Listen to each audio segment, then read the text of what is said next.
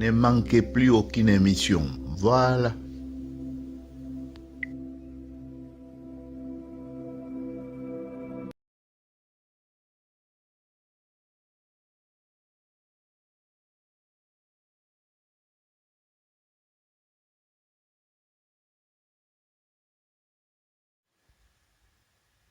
Mes salutations à tout le monde et heureux de vous savoir nombreux pour suivre notre vidéo d'aujourd'hui. Dans cette émission ou cette vidéo, j'ai choisi d'épingler les conflits entre Bashi et les Rwandais. Et ici, je me pose la question, ces conflits sont-ils ataviques? C'est-à-dire des conflits héréditaires qui sont latents et à chaque fois, ça doit rebondir entre le peuple du Rwanda et le peuple Bashi, qui sont leurs voisins, séparés par la Ruzizi, comme je vous avais dit dans la vidéo passée, et le lac Kivu. Et généralement, il y a des interférences entre l'île Idui, que je vous ai présenté dans l'autre émission, et les Rwandais qui sont de l'autre côté, qui de temps en temps, ils prétendent que c'est leur lac et c'est leur île. Mais sans tarder, je vous ai dit que le document a été couronné de succès en 1953 et ce document traite de caractère physique de Bashi et il a fait l'exercice pratiquement scientifique, anthropologique. Et cette étude, parfois, en lisant, je pensais à ce que j'ai déjà entendu ou lu quelque part où on distinguait les Tutsis des Bahutu par longueur de nez, on mesurait pratiquement tout, on faisait toute la mensuration pour pouvoir ressortir les différences et pour bien diviser ces groupes et parfois diviser pour mieux régner comme nous l'avons dit dans d'autres vidéos, deux poids deux mesures, et permettre à sujettir ou à dominer ou avoir une exploitation éhontée bien sûr du peuple Hutu qui est peuple bantou comme la majorité des peuples du Congo. Mais ici, j'ai pris la partie qui montre bien que les conflits entre les deux peuples ne datent pas d'aujourd'hui. C'est comme ça qu'on utilise le terme ici atavique, pour parler de conflits latents. Est-ce qu'on pourra arriver à la fin de ces conflits? C'est à chacun de pouvoir réfléchir, à chacun de pouvoir y travailler pour, bien sûr, de lendemain meilleur pour les deux communautés. Voilà. Le docteur Yerno, que je viens de vous signaler, qui est auteur de ce livre ou de ce travail scientifique, était chercheur de l'Institut pour la recherche scientifique en Afrique centrale, IRSAC autrefois, c'est-à-dire IRSAC. Et je vous ai dit que son travail de mémoire a été couronné de succès au concours annuel de 1953, précisément le 16 mai 1953. Et c'est bien sûr à l'Institut colonial belge. Donc, ainsi présenté le docteur Yerno, je m'en vais vous lire ce qu'il a bien couché sur le papier et que j'ai décidé ou que je me suis résolu de pouvoir partager avec vous. Passons directement à ce qu'il partage avec nous. Il dit ceci. Les Bashi, encore appelés Banyabungu, ça je vous ai déjà expliqué dans l'autre vidéo, constituent une tribu de l'Est du Congo belge. Je vous avais présenté aussi des cartes. Et à cette époque où il a mené ses études, cette population était environ 275 000 sujets. Leur territoire s'étend à l'ouest du lac Kivu et de la vallée supérieure de la Ruzizi. En vous référant sur la carte, vous pouvez retrouver ce que je suis en train de vous rappeler maintenant. C'est à titre de rappel, parce que j'avais déjà fait toute une vidéo sur le Bashi. La Ruzizi qui est déversoir du lac Kivu dans le lac Tanganyika. Dans ces montagnes dénudées, où ne subsistent que quelques lambeaux de forêt, les Bashi ont un mode de vie qui se rapproche de celui de leurs voisins orientaux, c'est-à-dire qui vivent à l'est, à l'air est, c'est-à-dire au-delà de Ruzizi et puis du lac Kivu. Les Bahutu du Rwanda ou Rundi, qui sont bien sûr de l'autre côté. Donc, ils ont pratiquement un mode de vie qui rapproche de celui de leurs voisins orientaux, les Hutus ou les Bahutu du Rwanda ou Rundi. Puisqu'autrefois, si j'utilise ici Rwanda ou Rundi, vous pouvez comprendre que c'était un territoire sous mandat belge. Donc la Belgique a administré ces deux territoires et en ce moment-là, c'était considéré comme addenda ou un annexe au Grand Congo belge. Et comme le même pays, la Belgique, qui avait l'administration de ces deux pays, c'est pratiquement de là qu'est venu certains de nos problèmes aujourd'hui, puisqu'ils ont tenté de pouvoir verser les gens qui étaient coincés sur le petit territoire dans le grand territoire, dans l'intérêt de produire ou de travailler pour eux. Et ça nous crée aussi aujourd'hui des problèmes très sérieux. Mais disons ceci, dans ces montagnes dénudées où ne subsistent que quelques lambeaux de forêt, les Bashi ont un mode de vie qui se rapproche de celui de leurs voisins orientaux, les Bahutu, les Hutus du Rwanda ou Rundi.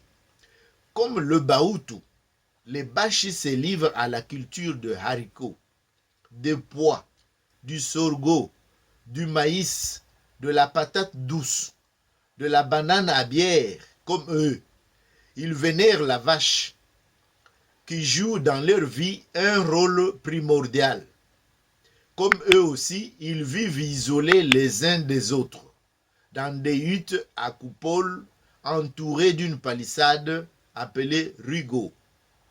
Si on permet ici, ça pourrait être lugo. Leur langage, qui appartient à la famille bantou, donc le langage de Bashi appartient à la langue de famille bantou, sont très proches. Et comme le Hutu aussi sont le bantou, vous comprenez que le rapprochement n'est pas douté ici. Nous nous sommes déplacés et nous sommes arrivés dans la région des Grands Lacs. J'ai dit là-bas, vous allez trouver des Nilotiques au Rwanda, au Burundi, nos frères Bantous, les Bantous, comment on les appelle au Rwanda, les Bantous du Rwanda, nos frères Hutus, qui sont de part et d'autre de la frontière coloniale. J'ai dit à Boisbouvier que le grand chef coutumier Nandé ne s'embarrasse pas des frontières coloniales parce que souvent il va du côté de l'Ouganda pour trancher la palabre africaine qui concerne sa communauté.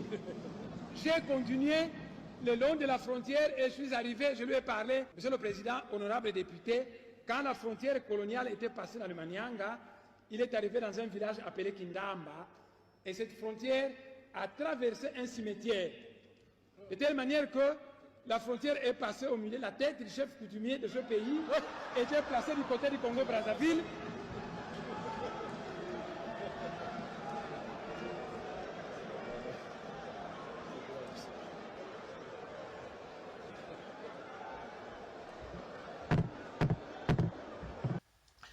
Au Rwanda-Urundi, les Bahutus vivent sous l'emprise d'une minorité de pasteurs du type éthiopide.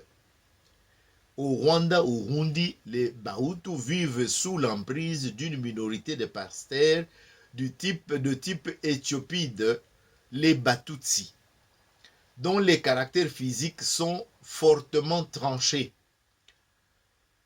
On retrouve les mêmes éléments chez le Bashi.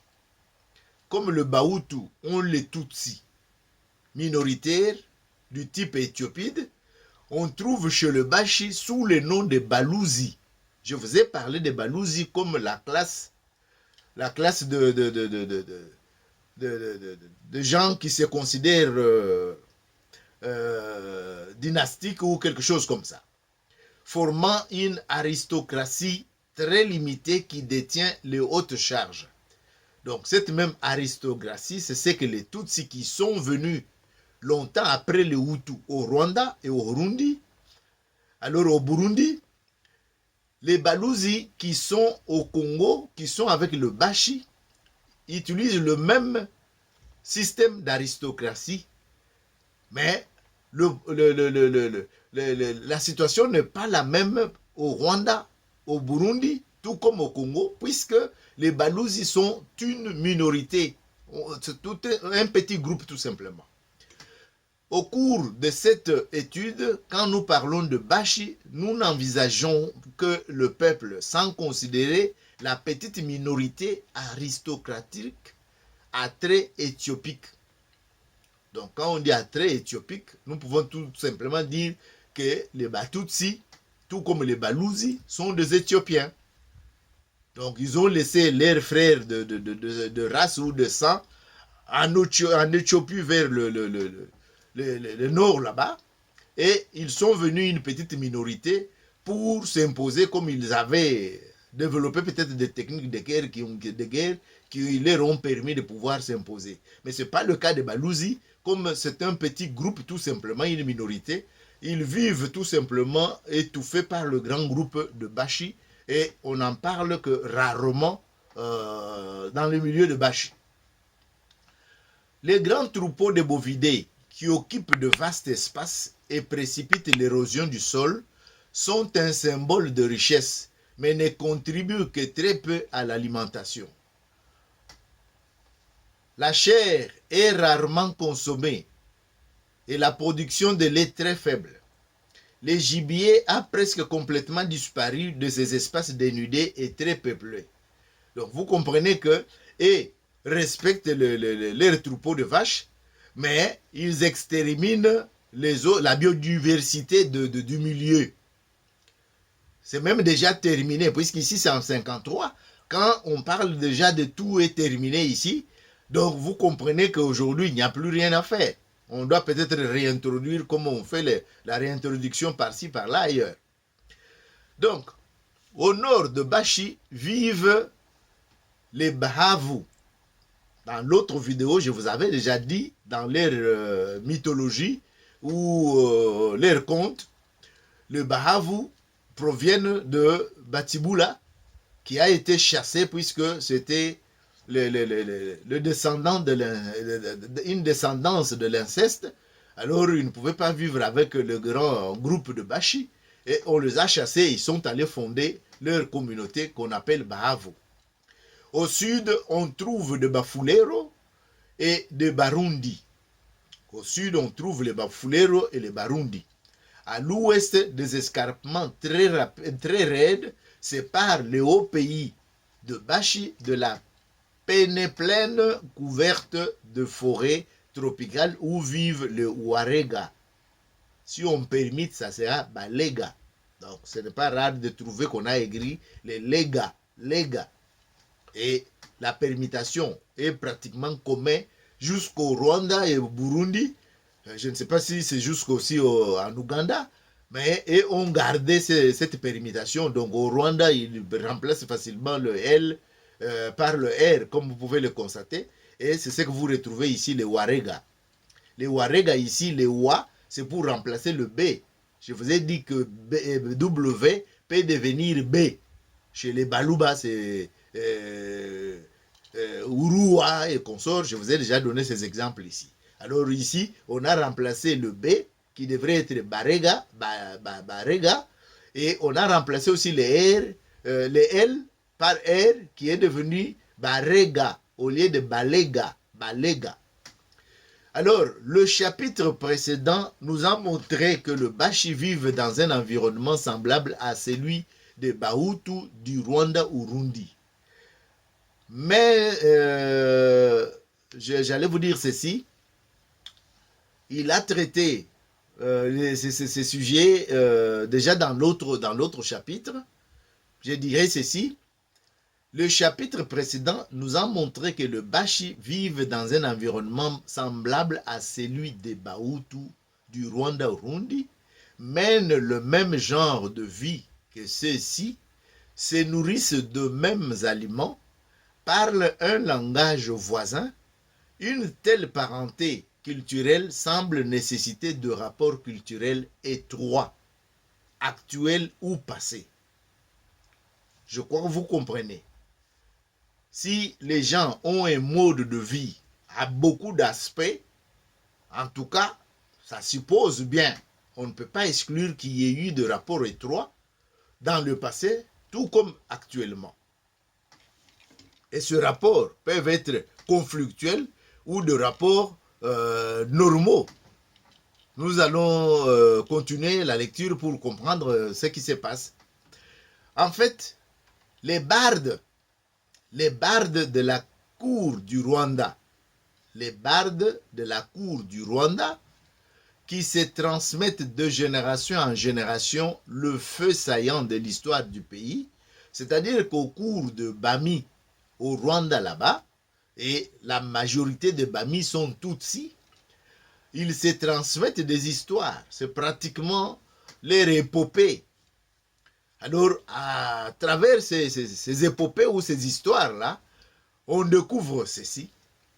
Donc, parle de plusieurs, donc dans ces épopées, il parle de plusieurs expéditions rwandaises contre le Baché. Il parle de plusieurs expéditions rwandaises contre le Baché. Je vous ai annoncé, les rapports conflictuels sont-ils ataviques? Vous avez la preuve ici, puisque ce sont les bardes de la cour qui se transmettent de génération en génération le fait saillant de l'histoire du pays. Alors, ce qui nous est arrivé dans ce 20 ans qui viennent de passer, est-ce que ça fait partie de ça? Ils veulent reproduire également comme ça se raconte, et ça continue à se raconter. Et les nouveaux Mwami n'ont pas hésité de pouvoir traverser, n'a pas hésité, puisqu'ils en ont l'habitude, peut-être que c'est inscrit dans leur sang. Il est probable qu'en plus de ces rapports belliqueux, il y ait eu d'autres contacts entre les deux peuples. Mais ces chroniques ne remontent pas loin dans le passé. Ces chroniques ne remontent pas loin dans le passé. En excluant le premier roi évoqué, qui semble appartenir beaucoup plus à la mythologie qu'à l'histoire. Le premier roi évoqué, je vous ai déjà dit que vous pouvez retrouver ces histoires ici. Il y a un autre prêtre, Père Pagès, qui a écrit un livre. Et dans ce livre, on retrace. Mais pour le docteur Yerno, il qualifie les autres rois qu'on ne retrouve pas quand on met les éléments historiques. On considère que les autres là appartiennent tout simplement à la mythologie, puisqu'on ne peut pas établir des preuves qu'ils ont existé. Donc, on retient, c'est que l'histoire, les éléments historiques ont pu quand même établir qu'ils ont existé réellement. Les faits sont là, et ce sont ce roi-là qu'on va retenir ici. Donc, je disais ceci, les autres semblent beaucoup appartenir à la mythologie qu'à l'histoire. Elle nous parle du règne des 18 Bami, les Mwami donc. Les 18 Bami, rois d'existence certaine. Ils ont dû longtemps lutter pour l'édification du royaume actuel avant de pouvoir entreprendre des expéditions au pays de Bashi. Donc, 18 rois. Et on vous a dit qu'au Rwanda, la plupart de Mwami ou de Bami sont des Tutsis. Alors, si on parle de 18 Bami qui ont fait des expéditions au pays de Bashi ici, on peut considérer que c'est essentiellement les Bami Tutsi qui organisaient des expéditions, bien sûr avec des Hutus, puisque les Hutus sont sous sont leurs sujets, c'est ce que je pouvais vous dire. Il semble peu vraisemblable que ces expéditions guerrières et le rapport occasionnel entre Bashi et Rwandais à travers la frontière naturelle que constitue le lac Kivu et la vallée de la Ruzizi suffisent à expliquer leur profonde affinité culturelle. Donc, quand on parle des affinités profondes ici culturelles, vous pouvez comprendre que les contacts fait que le peuple peut être vaincu, peut développer aussi ces techniques pour que la prochaine fois que ça ne soit pas ainsi. Puisqu'on parle ici des expéditions. Donc, nous pouvons retenir ici que c'est dans la pratique courante, c'est ainsi que dans cette région-là, si on veut qu'il y ait la paix là-bas, en fait, on doit prendre de très bonnes dispositions pour que ces deux peuples ici, qu'on ne commette pas les erreurs de le mettre ensemble, puisque ça ne pourra jamais se faire. Ça ne pourra jamais se faire. Puisque de provocations vont continuer, des attaques, et ne croyez pas que c'est lui qui peut être vaincu aujourd'hui, demain, pourra être toujours vaincu. Non, non, puisque on a appris dans l'histoire que le vaincu finit toujours. C'est comme ça qu'on a fini par affaiblir aussi la civilisation égyptienne, auquel on peut prétendre être membre ou sorti de cette civilisation-là, puisqu'on a prouvé que le pharaon sont nos ancêtres, puisqu'ils sont tous noirs. Maintenant, si nous prenons les écrits d'un autre auteur, que monsieur le docteur Yerno a repris dans son texte, nous trouvons ceci. Müller, qui a écrit en 1936, s'est attaché à retracer l'histoire des migrations des tribus de la province orientale du Congo. Ces sources sont principalement les archives établies en chaque territoire par les agents du gouvernement depuis le début de l'occupation belge. Ce sont là ces sources. Elles sont basées sur les interrogatoires d'indigènes. Donc, ils approchaient les indigènes, qu'ils estimaient que d'eux, ils pouvaient obtenir des informations sur leur histoire, sur leur vie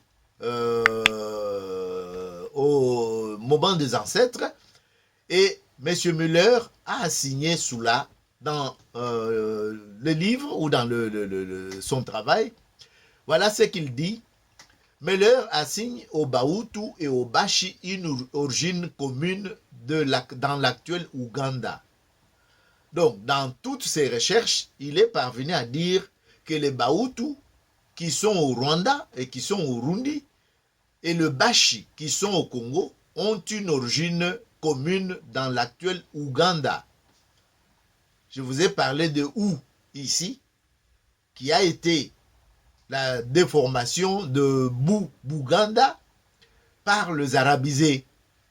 Alors, c'est comme ça que vous trouvez ça au Luba, au Lindi, au Vira, ainsi de suite, au Bemba, ainsi de suite. Je vous ai parlé de tous ces territoires-là. Les deux groupes auraient migré vers le sud. Ça, c'est d'après le travail de M. Müller. Donc, les deux groupes auraient migré vers le sud, mais les Bashi seraient passés à l'ouest du lac Kivu, tandis que les Bahutu seraient restés à l'est de ce lac et de sa constitution méridionale et de sa continuation méridionale dans la ligne du Graben. Donc, la cassure qui est à l'est qui a formé tout ces lacs et consorts. Donc, la continuation méridionale dans la ligne du Graben, la vallée de la Ruzizi et le lac Tanganyika. Cette donnée de Müller cadre parfaitement avec les affinités culturelles constatées et donne de celle-ci une explication satisfaisante. Donc, Dr Yerno, qui reprend les travaux de Meller, publiés en 1936, donc vous comprenez que il est satisfait de ses conclusions puisqu'il a trouvé des affinités très profondes entre les deux peuples, donc l'affinité culturelle et parfois même physique, sans parler des influences qu'ils vont recevoir au contact avec les Tutsis, les Éthiopides et les autres, et les Warega bien sûr, ou Balega de l'autre côté de Bashi. Donc, vous comprenez que ce travail vient renforcer ce qu'on est en train de dire ici. Et M. Yerno, Dr Yerno continue, les Bashi ont été moins au contact des Batutsi. Et dans d'autres écrits anciens, vous trouverez, on a remplacé le Batutsi par le Watusi. Donc, le Batutsi, les Bashi ont été bien moins au contact des Batutsi ou d'un groupe éthiopide semblable que les Bahutu. Donc, le Bahutu que nous connaissons aujourd'hui ne sont plus Bantous tels qu'on peut le connaître, mais ce sont le Bantou très influencés par les contacts avec le Batutsi qui y ont fait de leur sujet d'ailleurs. Au Rwanda, au Burundi, on estime que le Batutsi représente environ 10% de la population. Au pays des Bashi, par contre, les Balouzi, qui sont aussi éthiopides, comme je viens de vous le lire, apparentés aux Batutsi, ne sont que quelques centaines d'individus. Ne sont que quelques centaines d'individus. Et ce travail a été publié en 1953. Aujourd'hui, cette population est à quel niveau? Les Balouzi ont disparu chez les Bashi. C'est aux Bashi, bien sûr, de participer au débat pour nous dire la situation actuelle là-bas sur place au Kivu. Mais nous continuons à lire Dr Yerno en disant ceci. Nous ne savons pas depuis quand les Balouzi sont installés dans le pays. Nous ne savons pas depuis quand ils sont installés dans le pays, ni si leur nombre a pu être jadis plus important, mais actuellement ils forment une fraction infime de la population.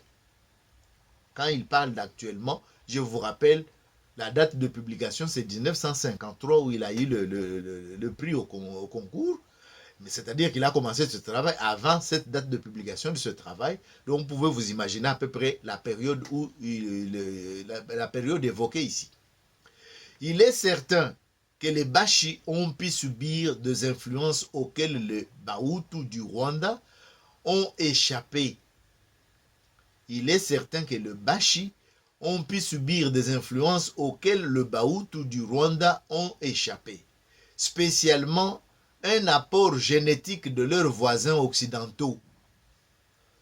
Les Bahutu au Rwanda et au Burundi ont subi l'influence des Batutsi, mais les Bashi qui ont traversé la Ruzizi et le lac Kivu et ont subi l'influence de leurs voisins directs, les Barega, donc les Balega, les Warega, donc leurs voisins occidentaux.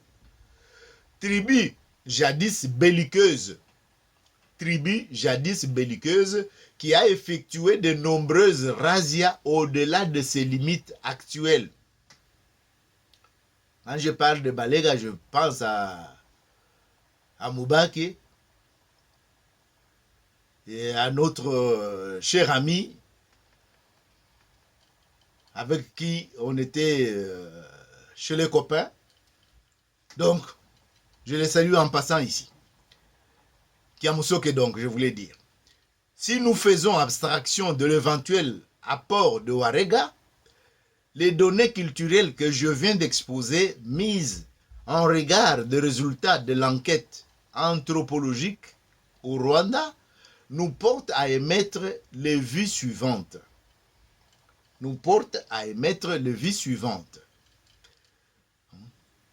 Les Bashi doivent ressembler aux Bahutu du Rwanda. Les Bashi doivent ressembler aux Bahutu du Rwanda, mais avec une empreinte moins marquée de caractère physique de Batutsi. Ils n'ont pas évolué indépendamment depuis leur séparation géographique. C'est-à-dire que depuis qu'ils ont quitté les Buganda ou bien Ouganda, en tout cas, ça n'a pas beaucoup évolué.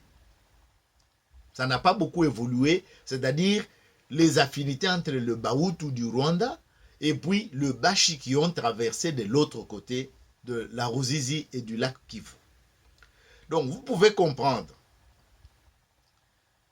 hormis ce que je viens de présenter, qui sont plusieurs éléments qui peuvent être les résultats de l'échange entre les contacts belliqueux entre le Rwanda et le Bashi, mais aussi on vient d'établir avec l'apport de Meller, on vient d'établir qu'il y a aussi une origine commune entre le Bahutu et le Bashi qui ont traversé de l'autre côté.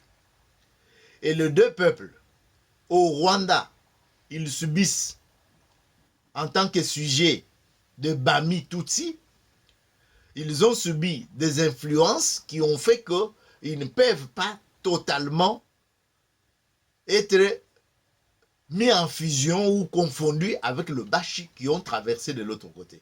Et les Bashi qui ont aussi traversé de l'autre côté ne peuvent plus être mis en égalité totale avec les Bahutus qui sont restés au Rwanda, puisque eux aussi ont subi l'influence de peuples qui étaient aussi, ou de Warega, une tribu belliqueuse qui a effectué plusieurs razzias, comme on vient de vous le signaler tout à l'heure, et qui a été au contact avec le Bashi, qui sont leurs voisins à l'est, ou vice-versa. C'est-à-dire pour le Bashi, les Warega ou les Balega sont des voisins occidentaux, donc ils sont à l'air ouest, et les Bashi sont à l'est de Warega. Voilà ce que je voulais partager avec vous, cet élément qui montre bien que le rapport ne date pas d'aujourd'hui, les rapports conflictuels ne datent pas d'aujourd'hui, mais est-ce que c'est l'histoire qui se répète? Puisque pendant ce 20 ans ici, on a perdu 2 milliers de Congolais, et dans les informations passées, ou même les informations que M. Honoré Ngwanda, qui nous a quittés, que son âme repose en paix, vous savez vous tous qu'il y a des populations ou des peuples de Barega ici, ou de Bashi, qui sont pratiquement exilés dans leur propre pays. Pratiquement 2 millions de personnes qui vivent maintenant dans des abris terribles, qui meurent de froid et de faim et de soif. On doit leur apporter quelque chose. Pourquoi? Puisque ce sont les mêmes belliqueux du Rwanda qui sont entrés sur leur territoire, qui cherchent à les exterminer par des méthodes qu'ils ont expérimentées exactement. Je l'avais dit dans d'autres vidéos, qu'ils ont expérimenté surtout pendant les périodes de génocide, mais ce n'est pas pendant la période de génocide, mais c'est aussi avant ça, puisque c'est dans leurs habitudes. Le conflit de 59, il n'y avait pas encore ce génocide ici, quand les Tutsis ont pris la poudre d'escampette pour être éparpillés partout dans le pays limitrophe. Et c'était aussi une vengeance, puisque quand les Hutus ont trouvé l'occasion, c'est ce qui est arrivé en 59 avec Kaibanda Grégoire. Mais c'est puisqu'ils étaient sous domination, sous oppression de Tutsis, qu'il y a toujours des répétitions de vengeance. Quand c'est le tour des autres, ils n'hésitent pas à faire le pire.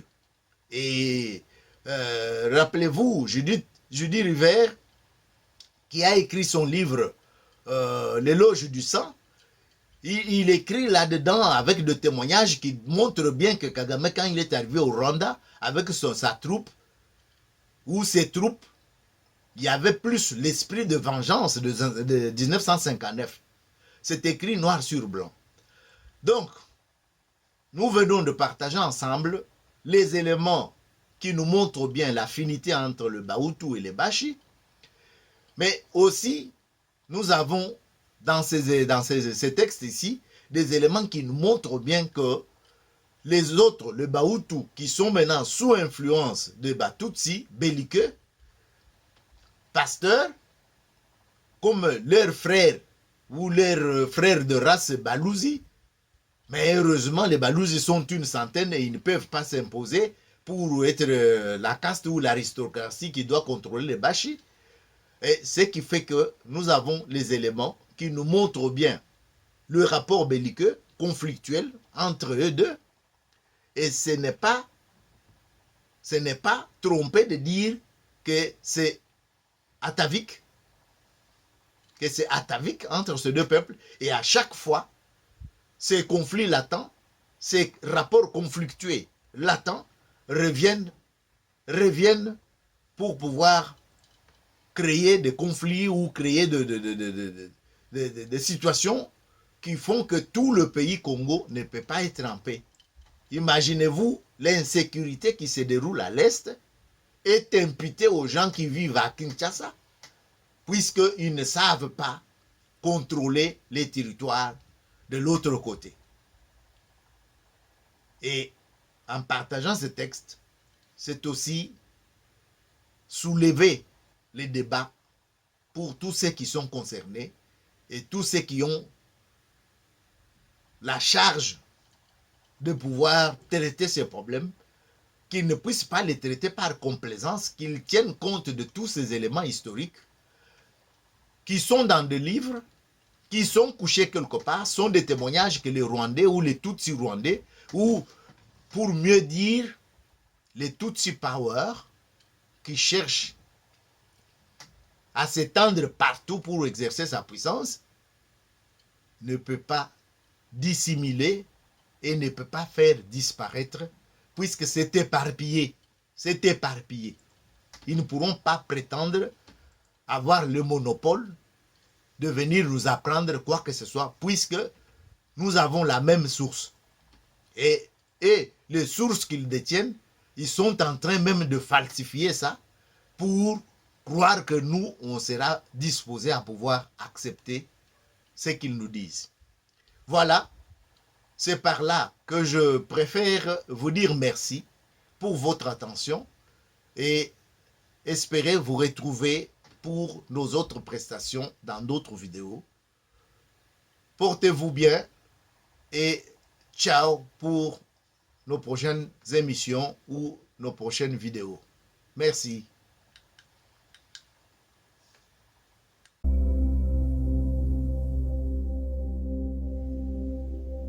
Ne manquez plus aucune émission. Voilà.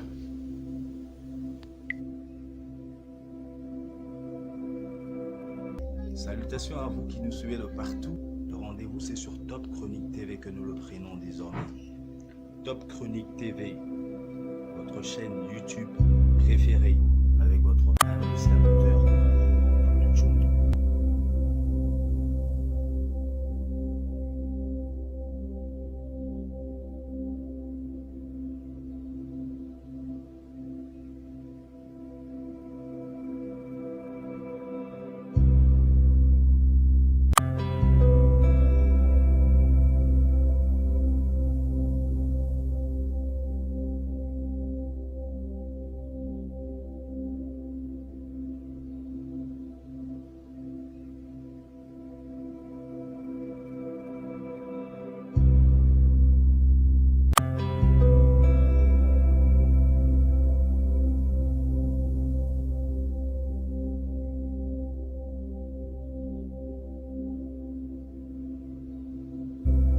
Top Chronique TV, votre chaîne préférée.